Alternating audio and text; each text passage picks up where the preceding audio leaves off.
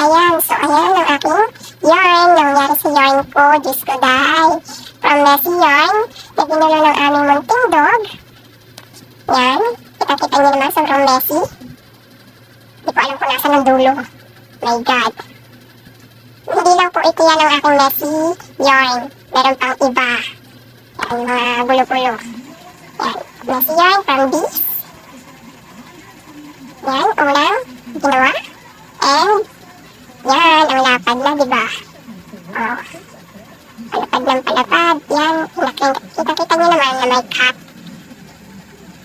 Kasi nga, hindi ko makita yung dulo. So, gumawa na ako ng dulo. Hanggang sa nagkadulo na ng dulo. Alright. So, ayan. Nagpalit ako ng kulay. So, kung nakikita nyo, ang gagawin ko po ay two-tone bonnet. Gray sa kabila. And purple sa kabila. So, ayan. Natapos ko na yung gusto kong lapad. Tinatahi ko na siya. Gamit ang needle na pang crochet.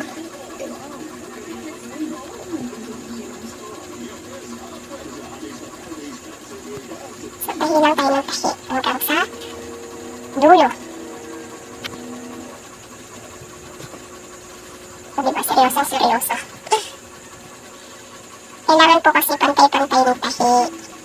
Yan. Kung makikita nyo, kailangan magkaka-tapat. So, ayan. Natapos ko na po. This is it. Pansit. It's so stretchy. Yan. Pinold ko siya kasi mahaba siya. Para pag long hair, pwede siya ipasok sa loob. Hindi siya sikip. Look at the two-tone gray. And at the back, it's purple. This is my first made bonnet. Ngayon lang po ako gumawa ng bonnet.